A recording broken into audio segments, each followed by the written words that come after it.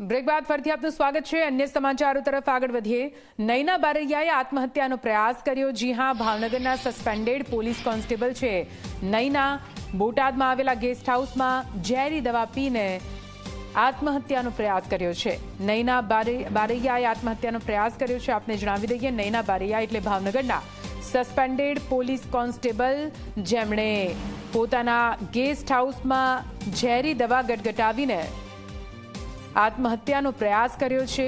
જો કે હાલ તો તેમને સારવાર માટે લઈ જવામાં આવ્યા છે। વધુ માહિતી સાથે સંવાદદાતા રઘુવીર ફોન લાઈન પર જોડાઈ ગયા છે। રઘુવીર, Nayana Baraiya suspended police constable, તેમણે આત્મહત્યાનો પ્રયાસ કર્યો છે, શું કઈ વિગતો?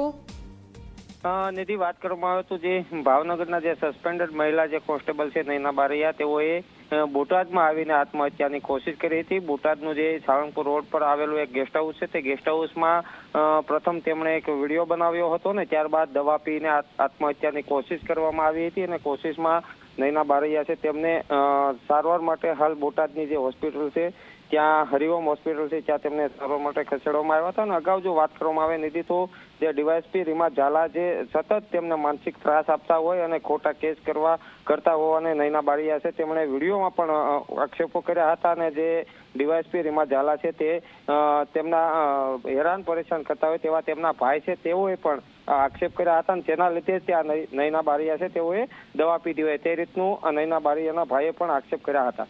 જી નિધિ, બિલકુલ જી, આભાર પૂરી માહિતી માટે।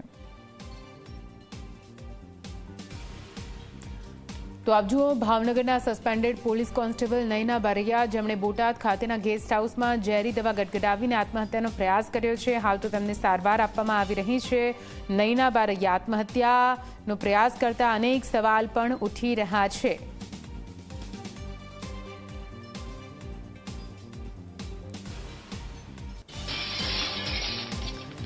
તો આ તરફ એટ્રોસિટી કેસના આરોપી નયના બારૈયાનો વિડીયો વાયરલ થયો છે। આ વિડીયોમાં નયના બારૈયાએ ડેપ્યુટી એસપી સામે આરોપ લગાવ્યા છે। ડેપ્યુટી એસપી રીમાબા ઝાલાએ ષડયંત્ર રચીને ખોટા કેસ કર્યાનો આરોપ લગાવ્યો। નયના સામે ફરજમાં રૂકાવટ અને એટ્રોસિટી કેસમાં મદદગારીને લઈને ગુનો દાખલ કરવામાં આવ્યો છે। પ્રોહિબિશન અને જેલમાં સિમ કાર્ડ સહિતના વિવિધ ગુના દાખલ કરવામાં આવ્યા। ગઈકાલે નયના સામે દાઠા પોલીસ મથકે નોંધાઈ વધુ એક એફઆઈઆર। માનસિક રીતે પરેશાન કરવામાં આવ્યો હોવાનો વિડીયોમાં દાવો છે। મરવા માટે મજબૂર કર્યા હોવાનો પણ નયના બારૈયાએ આરોપ લગાવ્યો છે। પછી મારી જેલ એન્ટ્રી 24/11 રોજ જેલ એન્ટ્રી થાય છે। 3 ગુના ઓલરેડી નોંધાઈ ગયા। એટ્રોસિટી મદદગારી, પ્રોહિબિશન 1 બોટલમાં અને ફરજ રૂકાવટમાં 3 જેલ એન્ટ્રી થાય છે। એટલે મારો જે સામાન હું ફરાર હતી એ દરમિયાન સામાન સીધો જેલમાં જાય છે। જેલમાં સરખી જડતી ન હોવાથી મારું સિમ ભૂલથી એ લોકોથી મારી બેગમાં રહી જાય છે, એટલે ઝડતી આવે છે અને મારી પાસેથી 1 સિમ કાર્ડ મળી આવે છે।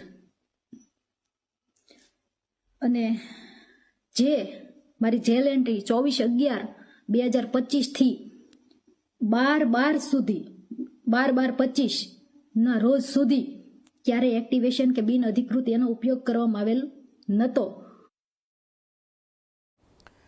તો આપ જુઓ, આ વિડીયો પણ સામે આવ્યો છે, જેમાં સીધા આરોપ અહીંયા ડેપ્યુટી એસપી પર લગાવવામાં આવ્યા છે। તેમનું કહેવું છે કે એટ્રોસિટી સહિત 3 જેટલા ગુના, 3 જેટલી એફઆઈઆર મારા વિરુદ્ધ અહીં કરવામાં આવી છે। મરવા માટે મજબૂર કર્યા હોવાનો પણ નયના બારૈયાએ આરોપ લગાવ્યો છે।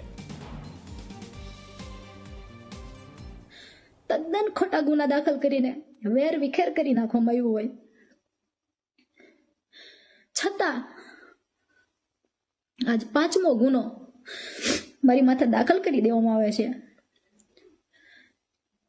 રીમા ઝાલાને જ્યારે હું મળવા ગઈ ને, મને પહેલી વાર જ્યારે બનાવ બન્યો ને ત્યારે પહેલી વાર મળવા ગઈ ને ત્યારે જ કીધું હતું કે તારી જિંદગી કે તારી અને તારા પરિવારની જિંદગી કે બરબાદ કરી દેશે। તમે કે તમારી હાથ પેઢીમાં કે ક્યારે આવું નહીં જોયું હોય, તમારી જિંદગી કે બરબાદ કરી દેશે, તમને જીવન લાયક નહીં રહેવા દેવાનું। ખરેખર રીમા ઝાલાએ એ વસ્તુ કરી। એસીબીમાં ફૂલ ટ્રાય કરી લીધી, જીએસટીમાં ફૂલ ટ્રાય કરી લીધી. મારા તમામ ગ્રુપમાં કોઈ માણસને બાકી નથી મૂક્યો રીમા ઝાલાએ.